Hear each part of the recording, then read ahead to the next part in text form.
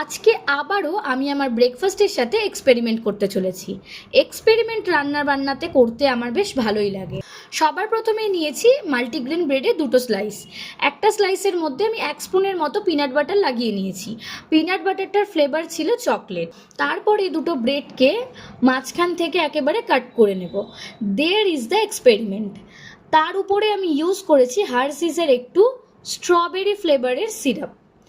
হ্যাঁ, জানি একটু উইয়ার্ড কম্বিনেশন মনে হচ্ছে, বাট এক্সপেরিমেন্ট না করলে বুঝবো কী করে যে খেতে কেমন হবে। তার সাথেই বানিয়ে নিয়েছিলাম black coffee and obviously without sugar. এবার টেস্ট করে দেখা যাক এক্সপেরিমেন্টটা আদৌ কাজে আসলো কি না। খেতে কিন্তু দারুণই লাগছিল। ওই স্ট্রবেরি ফ্লেভার আর কতই বা খারাপ খেতে হবে। আমার কিন্তু চকলেট আর স্ট্রবেরির এই কম্বিনেশনটা দারুণ লেগেছে। আর কফি তো অলওয়েজ রিফ্রেশিং, আলাদা করে এরা রিভিউ কি দেব। তো চলো, টাটা।